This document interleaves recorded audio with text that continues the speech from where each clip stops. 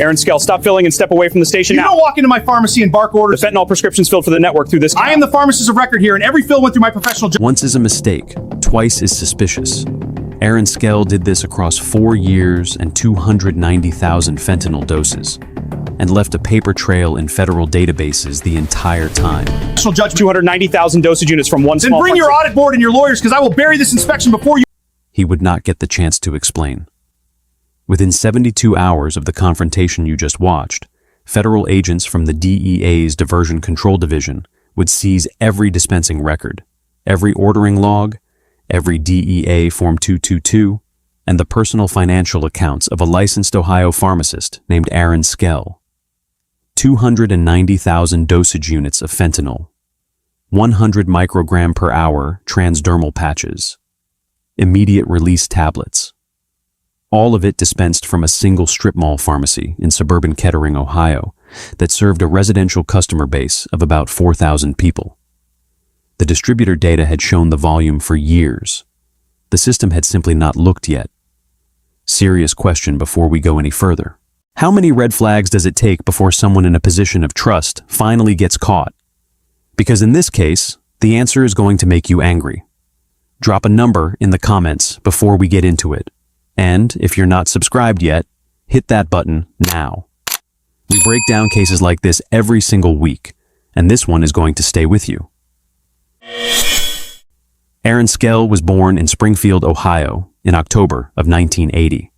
His father, Ronald Skell, worked as a mechanical engineer at a hydraulics manufacturer just outside Dayton. His mother, Diane Skell, was a registered dental hygienist who left the workforce when Aaron was 6 and took over the bookkeeping for a small orthodontist practice out of the family's basement office. It was a comfortable middle-class household, 2 cars, a modest ranch home on Miller Avenue, a father who came home at exactly 5:40 every evening. Aaron was the older of 2 children.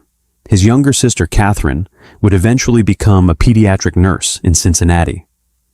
Their parents pushed hard on academics, particularly science. Aaron's high school chemistry teacher at Springfield North High School, a woman named Deborah Meacham, wrote in his junior year evaluation that he was, in her exact words, detail-oriented, careful with measurement, and unusually patient with laboratory protocol. She said he reminded her of the pharmacy students she had briefly taught at Ohio State before returning to secondary education. That comment, according to friends, was what first put pharmacy in Aaron's head. He enrolled at Ohio State University in the fall of 1999. He completed his prerequisite coursework and was admitted to the College of Pharmacy for the fall 2001 cohort. He completed the 6-year Doctor of Pharmacy program in 2005. His faculty evaluations described him as detail-oriented, reliable, and consistently attentive to compendia-based verification. One preceptor from his community pharmacy rotation at a chain drugstore in Grandview Heights noted that Aaron was the kind of student who reads the entire package insert before dispensing a new formulation. That preceptor would later be interviewed by federal investigators and would express something close to disbelief.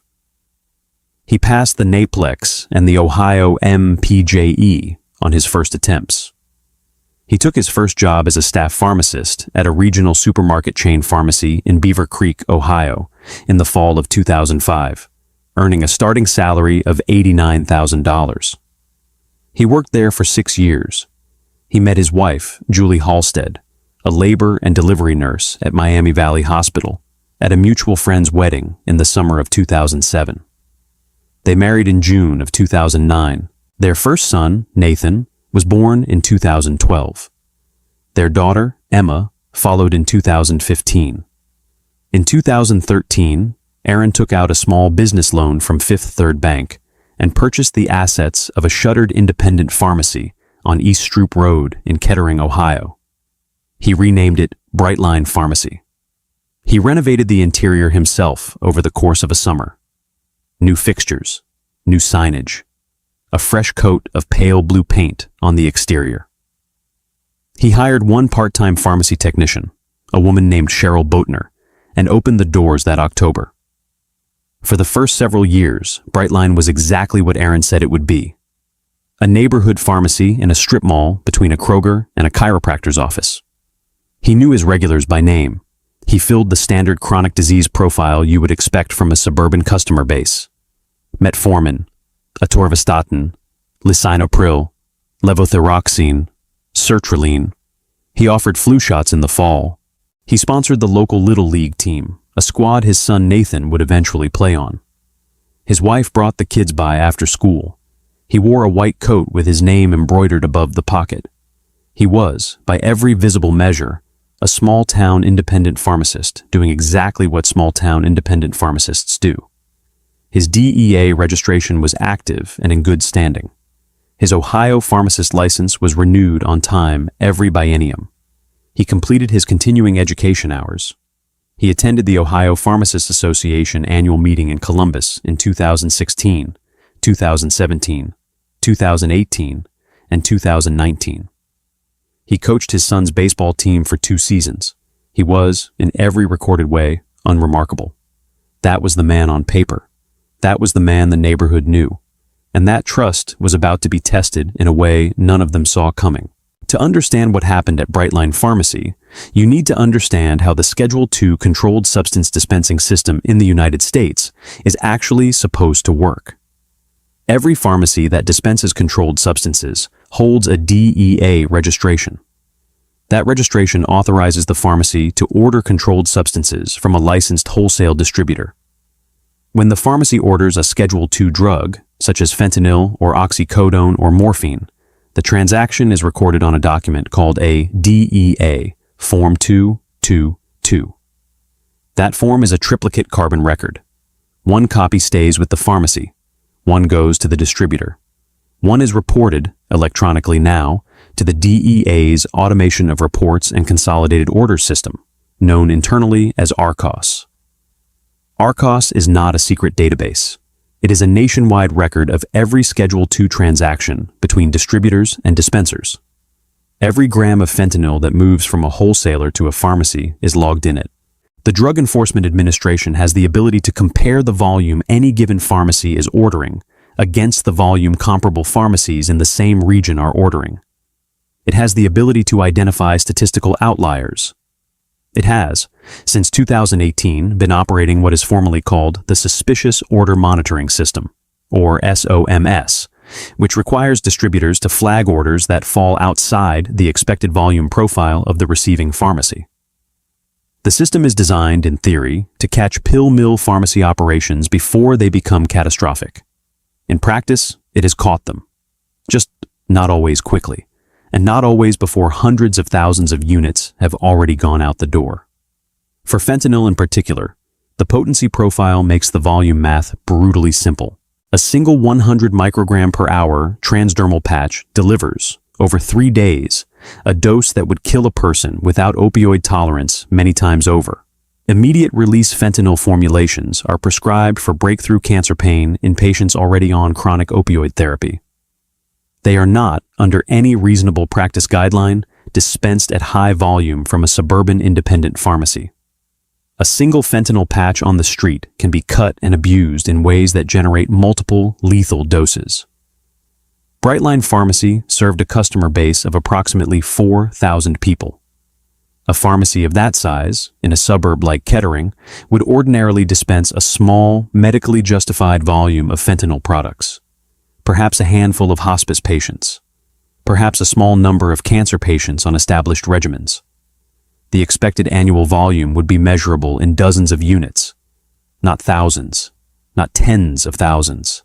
Brightline's actual order volume for fentanyl-specific formulations, over the 4 years beginning in 2020, was multiples of the comparable independent pharmacy baseline for the state of Ohio.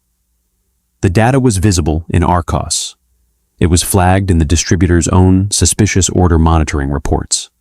It sat in a database, month after month, waiting to be read. The recruitment happened in the spring of 2020. Aaron was 39 years old. Brightline had been open for 7 years. The pharmacy was profitable, but modestly so.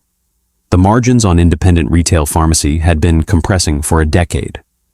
Pharmacy benefit managers were squeezing reimbursement rates on generic prescriptions to the point where many independents were losing money on every fill and making it back only on the front of store retail. Aaron had a mortgage on a 4-bedroom colonial in the Oakwood neighborhood. He had 2 kids in a private Catholic school. His wife had cut back to per diem nursing shifts after their daughter's birth. The cash was thinner than the lifestyle suggested. The approach came through an intermediary Aaron had known casually for years, a former pharmaceutical sales representative named Douglas Renneker, who now, according to what Aaron would later tell federal agents, was working as a kind of middleman between prescribing physicians of questionable ethics and pharmacies willing to fill the prescriptions they wrote. Renneker took Aaron to a lunch at a steakhouse in Miamisburg in April of 2020. He explained the arrangement in general terms. There was a network. There were prescribers who would write. There were customers who would present. The pharmacy's role was to fill the prescriptions, take cash payment at a premium rate, and not ask questions. Aaron said no. Then he said, maybe. Then, in June of 2020, he filled the first one. The first prescription was for a 100 microgram per hour fentanyl transdermal patch, a quantity of 15, written by a Dr. Marcus Delaney of an interventional pain management clinic in Middletown, Ohio. The patient's address was in Cincinnati, roughly an hour's drive from Brightline. The patient paid cash, $240. Aaron filled it. Nothing happened. The world did not end. A week later, a second prescription arrived from the same prescriber. Different patient, same profile, same cash payment. Aaron filled that one too. By the end of 2020, he was filling roughly 40 of these prescriptions a month. By the end of 2021, that number had roughly tripled. The prescribers rotated. Dr. Delaney, a doctor. Kevin Whitmore, who operated a concierge pain clinic in Franklin, Ohio. A rotating cast of names on forged prescription pads that Aaron would later admit he suspected were not written by the physicians whose DEA numbers they carried. The customers rotated too, different faces, different cars in the parking lot, same cash, same premium rates. The escalation was steady.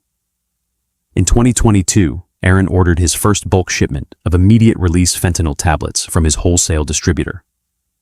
The order flagged in the distributor's suspicious order monitoring system. A compliance officer from the distributor called Aaron to inquire. Aaron told him the pharmacy had picked up a hospice contract with a local nursing home. He named a facility. The compliance officer accepted the explanation. The order shipped. There was no hospice contract. There was no nursing home. The tablets went to the network.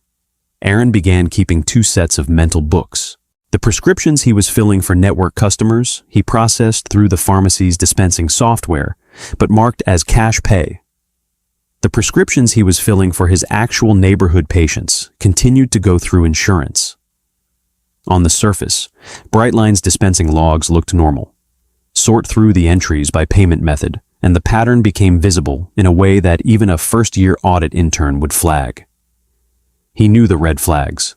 Every pharmacist knows the red flags. They are cataloged in the DEA's Pharmacist's Manual, a document Aaron had a copy of on the shelf behind his consultation window. Geographic implausibility of patient addresses. Prescribing volume from an individual prescriber that exceeds any medically reasonable panel size. Cash payment for high-quantity, Schedule II prescriptions. Patient presentation inconsistent with documented medical need. Every single one was present in every single fill. He knew. He filled them anyway. The cash came in. Aaron opened a second personal checking account at Wright Pat Credit Union in Centerville, Ohio. He deposited the network payments there in amounts calibrated to stay below the reporting threshold. He used the account to pay for a new base boat, a used Chevy Tahoe for his wife, and a partial renovation of the family's basement. His wife would later tell investigators she had no idea where the money had come from. She thought the pharmacy was doing well. She had not asked because she had not wanted to interrupt the momentum. By the end of 2023, Aaron Skell was dispensing more fentanyl per quarter than most hospital pharmacies in the state of Ohio. And no one had walked in the door yet. The catalyst was not a body. It was not a whistleblower. It was not a customer with a conscience. It was a spreadsheet. In March of 2024, a DEA diversion investigator named Rachel Ostrander, based out of the agency's Cleveland Field Division, was running a routine quarterly review of ARCO's ordering data for independent pharmacies across the state of Ohio. She was looking, specifically, at fentanyl-specific product orders. She had a query filter set to identify pharmacies whose fentanyl formulation order volume exceeded 3 standard deviations above the state independent pharmacy median. Brightline Pharmacy came back at the top of the list. It was not close. The pharmacy's 4-year cumulative fentanyl product order volume was approximately 47 times the median for comparable Ohio independent pharmacies. Its immediate release fentanyl orders alone were more than an entire mid-sized hospital's typical annual usage. The ratio of Schedule II orders to total pharmacy dispensing volume was so far outside the expected profile that Ostrander later described it, in an internal briefing, as not a statistical outlier, but a statistical impossibility. She pulled the pharmacy's DEA registration file. Aaron Skell, sole registered pharmacist, no prior complaints, no prior disciplinary actions, clean license history. She pulled the distributor's suspicious order monitoring reports. The pharmacy had been flagged 4 separate times between 2021 and 2023. Each flag had been resolved by a phone call from a distributor compliance officer to Aaron, in which Aaron had provided a verbal explanation. Each explanation had been accepted. Each order had shipped. Ostrander opened a formal investigation on April 2, 2024. She coordinated with the U.S. Attorney's Office for the Southern District of Ohio. She built a paper trail from the ARCOS data. She subpoenaed distributor records. She pulled Brightline's dispensing logs through the Ohio Automated RX reporting system. She cross-referenced the prescribers on Brightline's fentanyl fills against the state's prescriber licensing records. She identified 3 prescribers whose prescribing patterns to Brightline patients were, in her words, medically implausible on their face. She built the case for 4 months without Aaron Skell ever knowing his pharmacy was under investigation.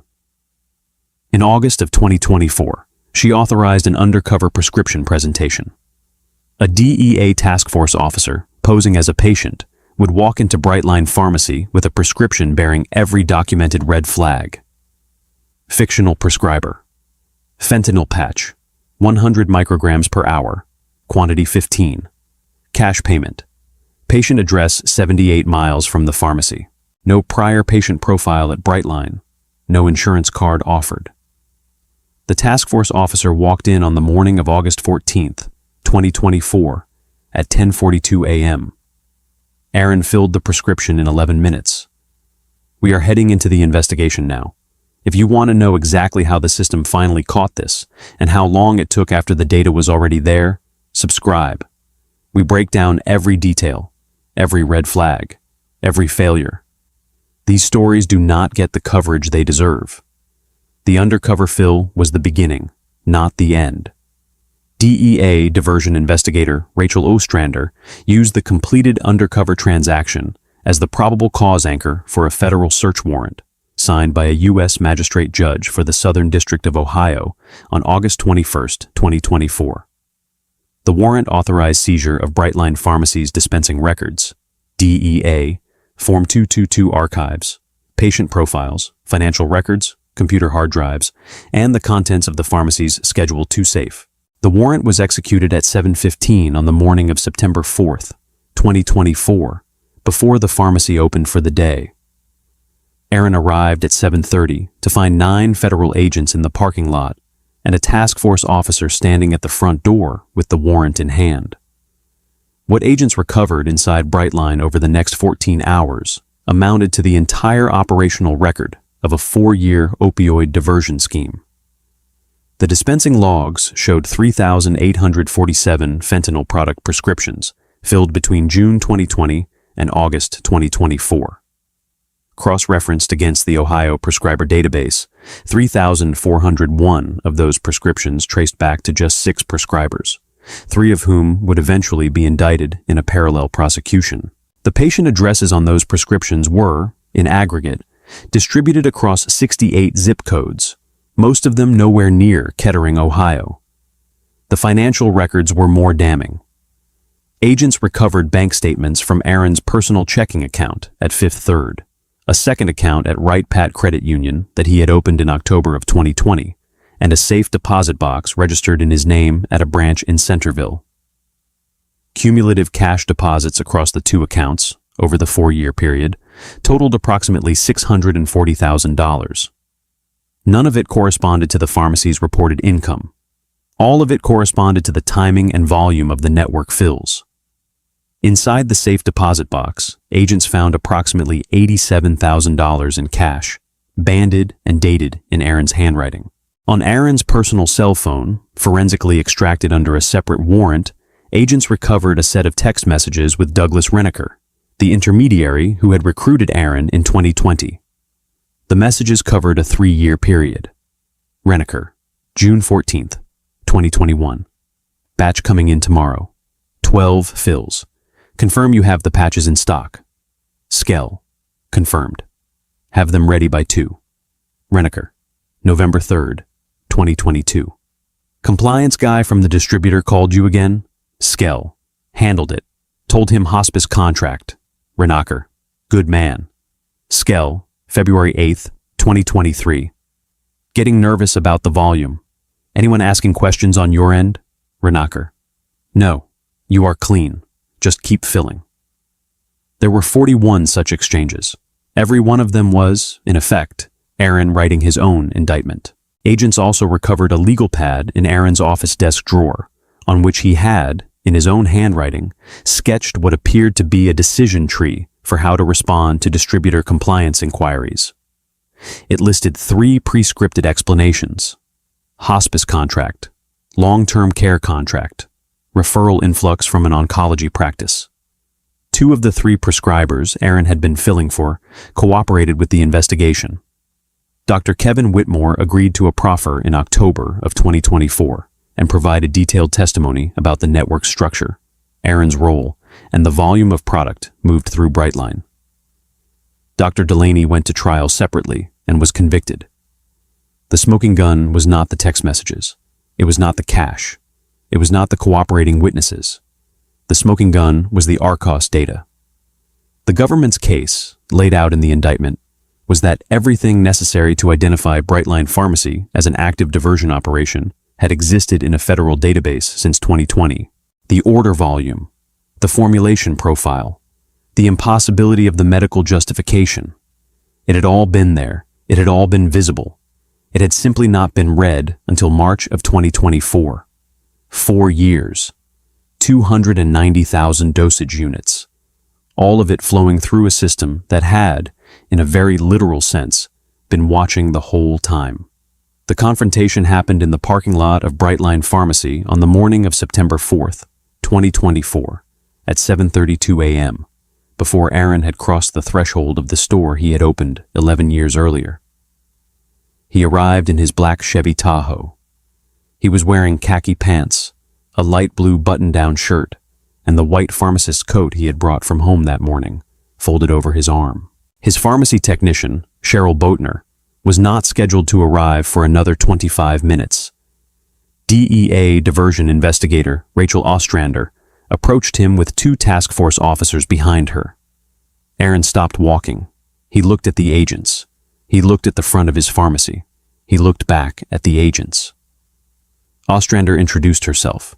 She showed her credentials. She informed Aaron that agents were executing a federal search warrant on the pharmacy and that she wanted to speak with him. Aaron nodded slowly. Ostrander asked, "Mr. Skell, do you understand why we are here?" Skell said, "I think I do." "Yeah." Ostrander asked, "Can you tell me what you think this is about?" Skell said, "The fentanyl." Ostrander repeated it back.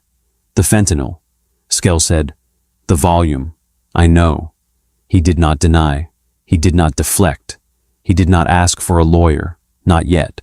He stood in the parking lot of his pharmacy with the white coat folded over his arm, and according to the task force officer's later written report, said quietly, "I always figured this day was going to come." Ostrander read him his rights. Aaron waived them, verbally on scene. She asked him a series of questions about the network. He answered some of them. He identified Douglas Renneker by name. He confirmed the general structure of the arrangement. He said he could not remember exactly how many prescriptions he had filled, but agreed it was a lot. He said he had not counted the money in years. Then, roughly 40 minutes into the conversation, standing in a parking lot he would never open his pharmacy from again, Aaron Skell asked for a lawyer. The interview ended. Agents transported him to the Kettering Police Department for processing. His wife, Julie, would be notified at approximately 10:15 a.m. by a task force officer at their home on Oakwood Avenue. She would tell investigators later that she was not surprised in the way she should have been. Aaron Skell was indicted by a federal grand jury for the Southern District of Ohio on October 3, 2024. The indictment charged 3 counts: distribution of a controlled substance outside the usual course of professional practice under 21 U.S.C. Section 841, conspiracy to distribute a controlled substance under 21 U.S.C. Section 846, and maintaining a drug-involved premises under 21 U.S.C. Section 856. His defense attorney, a Cincinnati-based federal defender named Marion Kessler, initially indicated that the defense would challenge the search warrant on the grounds that the underlying undercover prescription had not established sufficient probable cause. That motion was filed on November 12, 2024, and denied by U.S. District Judge Patricia Groveland on December 20, 2024, in a written opinion that ran to 11 pages and characterized the government's ARCOS-based investigation as textbook regulatory diligence, arriving several years late. Kessler advised her client to plead. Aaron accepted a plea agreement on February 24, 2025. He pleaded guilty to all 3 counts. The agreement did not include a cooperation provision. The government did not need his cooperation. The case at that point was already made. Sentencing was held on May 19, 2025. The government presented victim impact statements from 3 families. The first was from the mother of a 23-year-old man named Tyler, who had died of a fentanyl overdose in Hamilton, Ohio, in the fall of 2022. The forensic tracing did not confirm that the fentanyl that killed Tyler came from Brightline. It could not. Once the product entered the network, the chain of custody dissolved. But the mother spoke anyway. She said, "My son died of a drug you dispensed. Maybe not the exact pill, maybe not the exact patch, but you put the volume out there. You are part of the reason my son is dead. And I want you to sit with that every single day for the rest of the time you have." The second statement was from a father in Middletown. His daughter had survived an overdose, but sustained permanent hypoxic brain injury. She was 29 years old and lived, at the time of sentencing, in a long-term care facility. The third was from the widow of a 41-year-old warehouse worker who had died on Christmas morning of 2023.